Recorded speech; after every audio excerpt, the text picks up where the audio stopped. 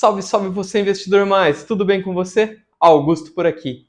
E hoje a gente vai falar sobre reserva de emergência, que é o primeiro investimento que você tem que ter na sua carteira. Mas será que tudo que falam por aí é verdade? Será que não tem muita enrolação e muita coisa para te desanimar? Eu tenho certeza que, assim como eu, você também já desanimou com esse negócio de investimento só de ouvir algum especialista te falando como que você tem que construir uma reserva de emergência pronta para o fim do mundo. Não é verdade? Comenta aqui pra gente então. Seja bem-vindo a mais um vídeo do nosso canal. Salve, salve você, investidor mais! Tudo bem com você?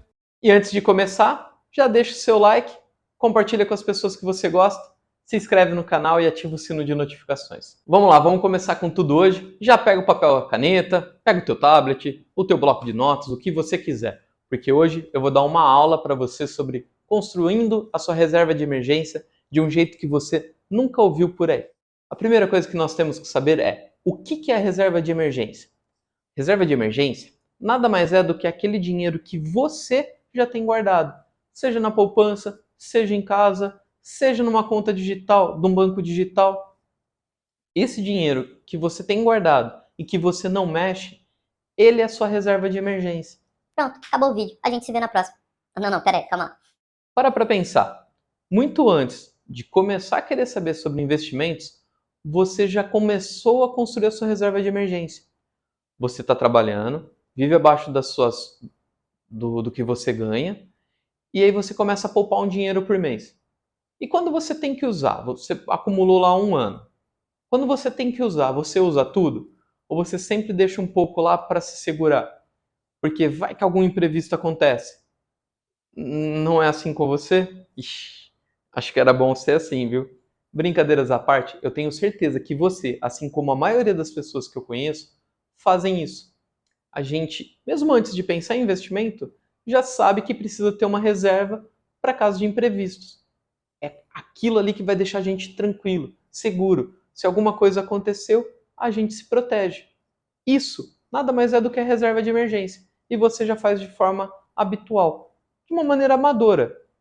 Mas agora eu vou te ensinar a parte técnica disso tudo, tá bom? Para você construir a sua reserva de emergência na medida, nem mais e nem menos.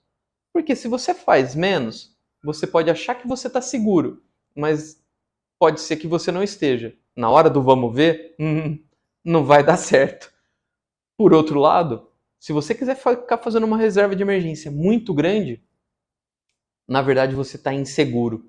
Ou na verdade, tem alguém que só está te desanimando de realmente investir e está te ensinando a colocar dinheiro em ativos que não rendem tanto para você, mas vai render muito para alguém. Entendeu, né? A reserva de emergência tem um tamanho e não precisa ser nada de absurdo. Para que serve, então, a reserva de emergência? Augusto, o que eu posso utilizar minha reserva de emergência? É qualquer coisa? Olha, sendo sincero, não é qualquer coisa. Ela é utilizada para imprevistos, como por exemplo, um acidente de carro e você não tem seguro. Ai, nossa, Augusto, educador financeiro falando que não tem que ter seguro? Onde já se viu isso? Eu não sei vocês, mas a maioria do pessoal aqui no interior não tem seguro de carro, não tem seguro de casa, e às vezes o imprevisto, né, o acidente ali, o conserto, é melhor você pagar do que acionar a franquia. Então, esse dinheiro da reserva de emergência acaba sendo utilizado para isso. Pode ser também utilizado para você aproveitar alguma grande oportunidade. Poxa, você quer um produto, só que ele está num desconto imperdível. E aí você olha a reserva de emergência e fala assim, não, eu consigo utilizar ele e não vou desfalcar tanto a minha reserva de emergência. Eu posso utilizar? Pode. Você já vai aproveitar bastante do desconto, só que o que você ia pagar à vista, você tem que se comprometer a complementar essa reserva de emergência. Não vai sair por aí falando que eu também falei que você pode usar para comprar qualquer coisinha que você quiser, tá bom?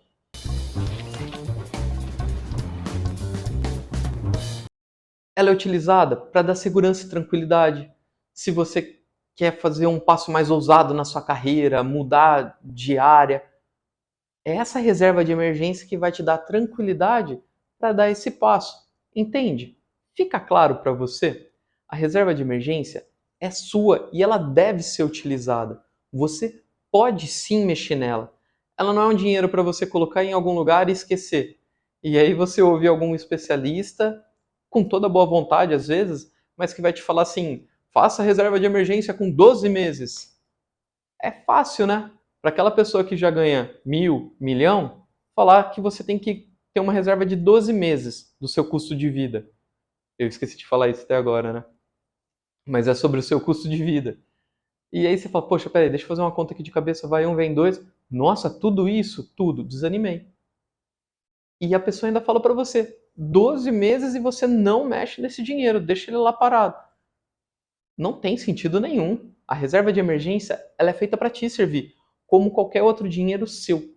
Tem que te servir. Se não estiver te servindo, você está servindo a ele. E aí a gente inverteu todo o papel de quem é o dono de quem, a real importância do dinheiro e como ele tem que ser utilizado para ser um veículo. Outro ponto importantíssimo, que para que serve a reserva de emergência, imagina que você é um investidor, que você investe tanto na renda fixa, em títulos pré-fixados e híbridos, que sofrem a marcação ao mercado, quanto em renda variável, e que tem a volatilidade dos ativos de renda variável, e você precisa de um dinheiro para qualquer coisa.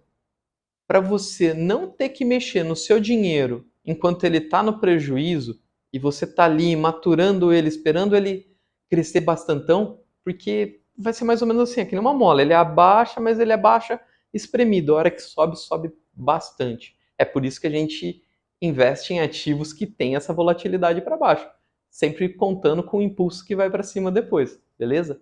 Mas imagina que ele está para baixo e você, poxa, precisou de alguma coisa, precisou de um dinheiro, quer fazer algo e em vez de tirar da sua reserva, da sua renda variável, de onde está negativo, você tira da sua reserva de emergência. A reserva de emergência é para você usar. Você não pode ficar tirando dinheiro do seu investimento de longo prazo.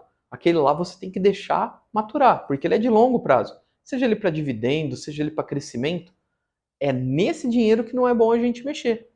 Você pode, em outras situações, tá bom? Para o dia a dia, para o usual, é a reserva de emergência. Beleza. E aí, agora vamos entrar na parte técnica. Como que eu construo a minha reserva de emergência? A primeira coisa que você tem que saber, com base no quê? Eu acabei de falar que é com base no seu custo de vida mensal, beleza? Mas como que eu calculo o custo de vida? Ó, deixa eu te deixar um card aqui, que o Guilherme vai fazer uma tabela com você e explicar certinho como construir o seu custo de vida mensal. Mas a primeira coisa que eu quero te deixar é: o custo de vida mensal é diferente dos seus gastos mensais hoje. Se você não sabe quanto que você ganha exatamente, quanto que você gasta também, isso é um problema. Para até aproveitar melhor esse vídeo que o Guilherme soltou, já vai anotando seus gastos. Seja no papel, seja numa planilha, o Guilherme vai explicar certinho. Mas já vai anotando, tá bom? Porém, você que sabe, você que tem noção, você fala assim: nossa, eu gasto X reais por mês. Esse é meu custo de vida? Não. Porque lembra que a reserva de emergência serve para imprevistos? Um dos maiores imprevistos que existe e que as pessoas colocam, os educadores financeiros nos colocam, é o desemprego. É se você sofrer um revés e não ter mais uma renda ativa todo dia, todo mês. Então a reserva de emergência vai ser utilizada para você se manter no mês até você conseguir alcançar outro emprego, ter outra renda ativa, certo? Mas olha só, imagina no caso que você foi mandado embora e você não estava esperando, você perdeu seu emprego, a empresa fechou, qualquer coisa do tipo. Você tem certeza que você ia manter todos os gastos que você tem hoje numa situação de adversidade? Não. Por isso é importante saber o que é custo prioritário, obrigatório e inegociável. Esses custos são custos que você vai ter de qualquer forma, como por exemplo uma alimentação, a saúde e assim vai. Só que tem outros custos que você vai abrir mão. que são os custos opcionais, como, por exemplo, com lazer. Ida ao cinema, show, uma cerveja, um jantar, uma viagem, tudo isso é opcional e ele não tem que entrar na sua reserva de emergência, porque senão ela vai inflar muito o tamanho da sua reserva de emergência, senão vai acabar te desanimando antes mesmo de você começar. Faz sentido isso que eu falei? Você já sentiu isso vendo um vídeo de alguma pessoa que falou de reserva de emergência? Porque tem muita gente que vai te explicar como construir a reserva de emergência. Só que poucas pessoas se lembram como é construir uma reserva de emergência do zero. Como é importante saber exatamente para que serve e qual que é o efeito psicológico que tem de eu falar de um volume de dinheiro tão grande para uma pessoa que está começando. Isso não é legal. E aliado a isso, qual que é o tamanho, né? Eu defini meu custo de vida mensal, o que é exatamente aquilo que eu vou precisar por mês, beleza. Agora eu preciso saber quantos meses eu quero me proteger. Aí sim eu vou saber exatamente qual que é o tamanho da minha reserva de emergência. E a primeira coisa que você tem que saber é que isso é pessoal. Existem 3 linhas diferentes para a gente calcular a nossa reserva de emergência. A primeira delas são para as pessoas que têm maior estabilidade em seu emprego, geralmente funcionário público, no regime estatutário, porque tem os funcionários públicos, e aí eles são CLT, regime CLT. Esses entram na outra conta. Agora, quem tem essa estabilidade, que não tem um risco de ser demitido a qualquer momento, por justa causa ou não, a reserva indicada é de 3 a 6 meses, por causa da previsibilidade da sua fonte de renda ativa, tá bom? Com relação aos CLTs, aqui já há um pouco de divergência, mas a teoria nos ensina que 6 meses é a média e a base para você começar. Então, se você está contratado pelo regime de CLT, esse é o ponto que você deve seguir. 6 meses. Até 9 meses é um número recomendável, sem inflar tanto a sua reserva de emergência e sem te deixar tão desamparado numa eventual necessidade. Agora, se você é um autônomo ou se você é um empreendedor de uma micro ou pequena empresa que ainda não está consolidada no mercado, é recente, recém-formada, o ideal é que você construa a sua reserva de emergência de 9 a 12 meses. Isso porque você ainda tem muitas incertezas na sua caminhada. Uma dica interessante é que para os profissionais de venda, se você tiver uma reserva de emergência que te dê segurança, o processo de negociação se torna melhor, mais fácil. Você consegue vender o seu produto para o seu cliente sem ter que implorar para ele comprar, porque você tem uma tranquilidade financeira atrás disso. Então eu te garanto que até nisso a reserva de emergência vai ser favorável a você. Agora, uma dica importante para você que está começando a sua carreira agora. Você é um CLT e, e ainda está em fase de formação, de construção, de currículo e tudo mais. Qual que é o valor da sua carteira, da sua reserva de emergência? 6 meses? Certeza que agora é a hora de você ficar totalmente seguro e amparado e não se preocupar com mais nada? Acho que esse não é o seu momento, certo? Esse é um momento que você está começando a sua vida.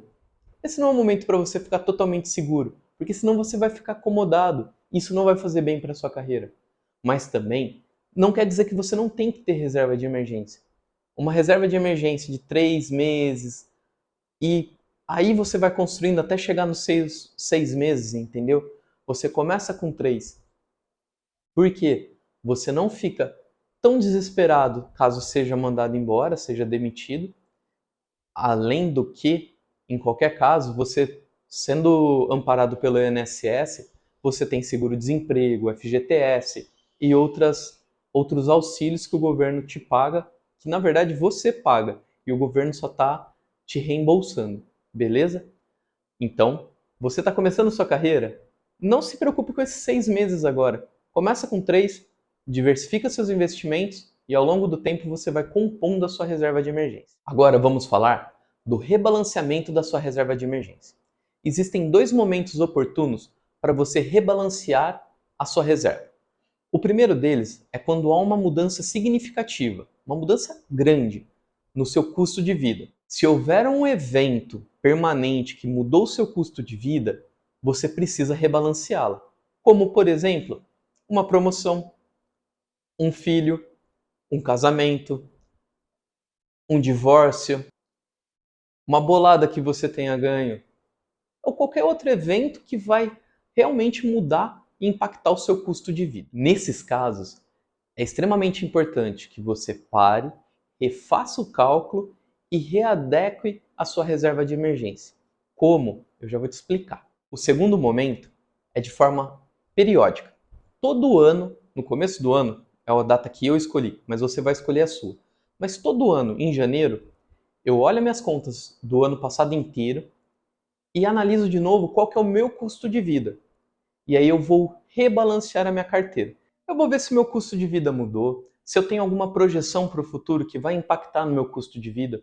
A título de exemplo, esse ano eu e minha esposa vamos colocar o nosso filho na escola de equitação e de natação. A equitação não vai entrar nos gastos obrigatórios, porque apesar de ser muito importante, nesse momento, como ele só tem 3 anos, ela está mais como um lazer, porque ele adora animais. Já a natação, para a gente, é obrigatório, porque é o que vai garantir a vida dele, a segurança dele. Não são raros os casos de criança que num evento ou outro caem na piscina, acabam se afogando, são socorridas, sobrevivem, vamos virar essa boca para lá, mas é um risco que a gente não quer correr. Então a natação para ele é um gasto, é um custo obrigatório. Ela entrou no nosso custo de vida, entendeu? Assim, fazendo esse rebalanceamento, eu sei se a minha reserva de emergência está adequada ou se ela está abaixo do valor. E se ela estiver abaixo do valor necessário, eu vou readequar. Eu vou fazer aportes mensais ao longo de todo o ano para reajustar a carteira. Por quê? Porque eu já estou protegido. Eu só preciso ajustar essa pequena parte que ficou para cima. Eu não vou fazer tudo isso de uma vez. Eu não vou reajustá-la de uma vez só. Eu tenho outros investimentos que me pagam mais e que é mais benéfico para mim do que aportar tudo na reserva de emergência. Entendeu a lógica? Por outro lado, pode ser que a minha reserva de emergência esteja superior. Lembra que a reserva de emergência vai estar rendendo juros. Se eu cheguei no momento de rebalanceamento e verifiquei que a minha reserva de emergência está maior do que a necessária, do que eu tinha projetado, eu tenho um dinheiro sobrando. E o que eu vou fazer com esse dinheiro? Agora sim, eu vou tirar ele todo de uma vez e vou gastar. Hã? Acho que não, né? Acho que não. A melhor forma de você utilizar esse dinheiro é aportar ele em outro investimento que você tem. Seja uma meta que você quer alcançar, seja antecipação de algum sonho que você precisa fazer, ou seja, na sua carteira de renda passiva. É importante a gente fazer esse movimento de rebalanceamento, porque é assim que a reserva de emergência é útil para a gente e não a gente útil para ela. Porque se a gente for útil para a reserva de emergência, quer dizer que tem algum banco, alguma corretora que está ganhando seu dinheiro de graça, beleza? Agora vamos para a parte de onde colocar. Quais são as características que um título tem que ter? Primeiro, renda fixa, ok? Nunca em renda variável. Isso porque a renda variável, o seu patrimônio está oscilando. Bem observado, jovem gafanhoto. Na renda fixa também tem títulos que oscilam o valor. A gente já falou, marcação a mercado. Esses títulos não vão servir para sua reserva de emergência. Ou seja, sobrou os títulos pós-fixados de renda fixa. Como título pós-fixado, nós temos o Tesouro Selic, CDBs atrelados ao CDI, fundos de investimentos DI e outras opções. Outra característica importante para a reserva de emergência é a liquidez diária. O que é liquidez diária? Resgate imediato. É meu, eu quero, me dá aqui. Pronto, simples assim. Tal qual a poupança. Aliás, no nosso vídeo da poupança, eu explico qual é a diferença entre a liquidez diária dos títulos públicos e a liquidez imediata da poupança. Mas, basicamente, é a mesma. O título tendo liquidez diária, você tem ele no dia ou, no máximo, no dia seguinte. E isso é ótimo e essencial para a gente construir a nossa reserva de emergência. Agora que eu falei isso, deixa eu te falar uma coisa. Recentemente, as empresas americanas entraram com default. Descobriram um rombo bilionário nela, nas suas contas. Uma dívida exorbitante.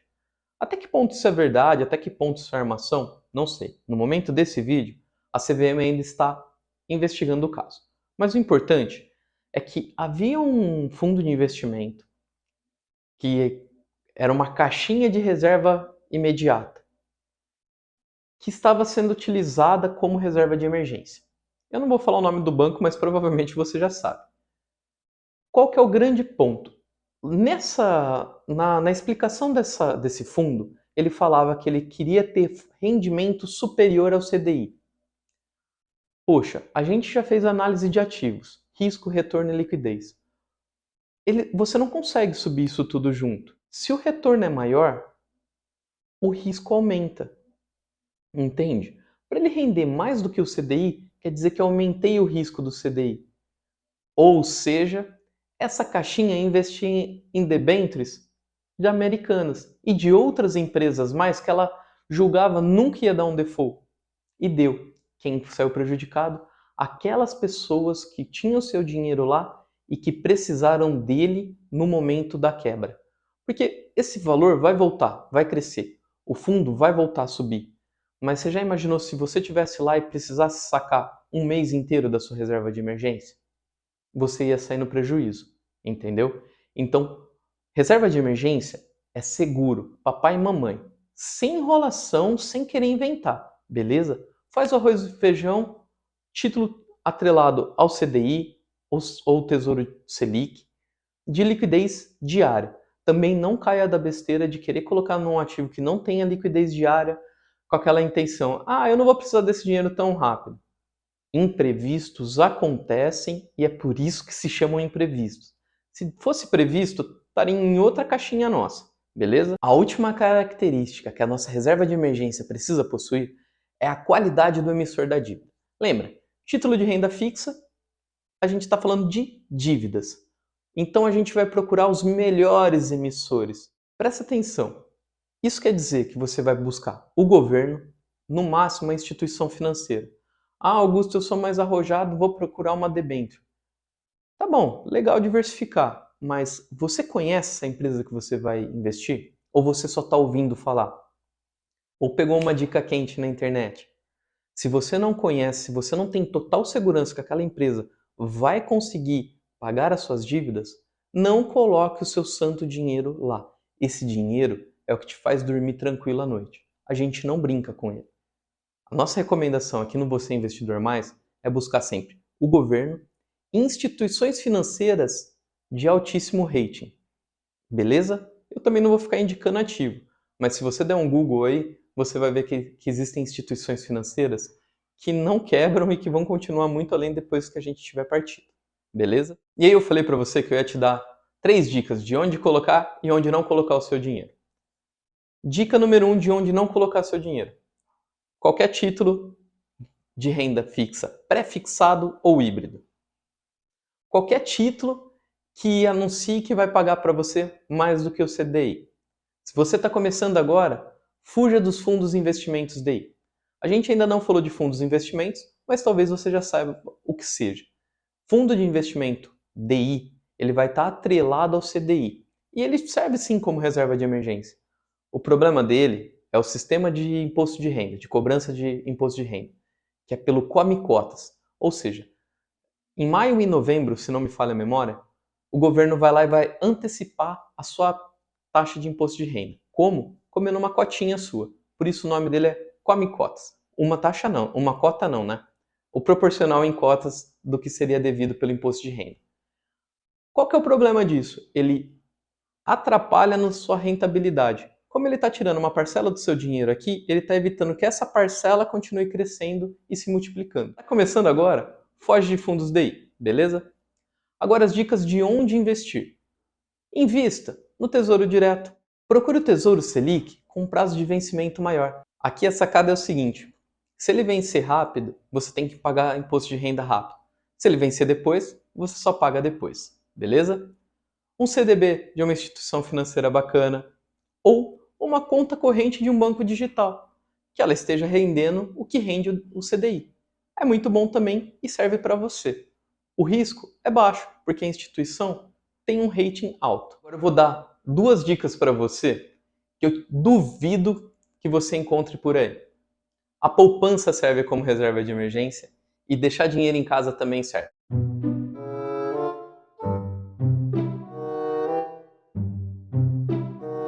É isso, eu vou embora antes que eu apanhe. Calma, peraí, não me batam ainda. Você já investe? Você já passou dessa fase. Mas tem muita gente que assiste a gente que está começando a investir, que ainda tem seu dinheiro na poupança. E para essas pessoas, como aconteceu comigo e provavelmente aconteceu com você, é importante a gente saber que você não precisa pular em nada sem estar seguro. Você não precisa dar um salto no escuro. Vai começando. A poupança não é um investimento. Ela não serve como investimento porque nem sempre ela bate a inflação. Mas para quem está começando, você pode deixar sim uma parte da sua reserva de emergência na poupança. Ah, Augusto, eu deixo todo o meu dinheiro em casa. Uma parte você vai começar a aplicar. A outra parte você deixa em casa. O importante é que você se programe para ao longo do tempo ir evoluindo o seu pensamento e tirando esse dinheiro de onde ele não está rendendo e sendo corrido pela inflação por ativos que vão te render mais. Por ativos onde seu dinheiro vai estar mais seguro. Beleza? Você concorda comigo que deixar o dinheiro em casa não é uma medida segura. Mas se você está começando, não sou eu que vou falar que você está errado. Eu vou te mostrar a porta para você seguir, o caminho. Não estou aqui para julgar ninguém. Beleza? A título de curiosidade, eu deixo uma parcela da minha reserva de emergência na poupança. Sim, é um valor pequeno, porque eu não gosto de ficar mexendo nos meus ativos, tanto na reserva de emergência, nem tampouco no aporte mensal. Lembra? Eu falei para vocês que todo janeiro eu vou lá e faço toda uma estrutura dos meus investimentos. E eu já faço uma previsão de quanto eu quero aportar por mês para conseguir cumprir as minhas metas. Dito isso, eu evito mexer no meu aporte. Então, se eu tenho que fazer alguma coisa, algum evento, se eu tenho que fazer algum evento esporádico, por exemplo, um passeio um pouco mais custoso, um jantar um pouco mais romântico e tudo mais, eu vou tentar usar o dinheiro que eu tenho no mês, sem mexer no meu aporte, e se não der certo, eu vou pegar esse dinheirinho que está ali na poupança. É uma parcela bem pequena, 3 a 5%, mas que vai evitar que eu interfira nos meus aportes ou mexa nos meus investimentos. Gostou dessa dica? Gostou do vídeo de hoje? Se de alguma forma eu conseguir agregar algum conteúdo para você, por favor, deixa o seu joinha aqui para a gente, compartilha com aquelas pessoas que estão começando no mundo dos investimentos e já saíram investindo o seu dinheiro em outros ativos sem construir a reserva de emergência. Fala para eles voltarem um pouquinho, porque senão eles vão tomar um tombo daqui a pouco. E a maioria das vezes a gente toma esse tombo e volta correndo para casa. A gente fica com medo de continuar investindo e aí vai falar todas aquelas crenças limitantes que a gente já falou, que investir é arriscado, isso só dá certo para quem é rico, a bolsa de valores é um cassino e assim vai. Beleza? É muito bom estar aqui e é muito bom ter você aqui todo dia com a gente. Um forte abraço e a gente se vê na próxima parada.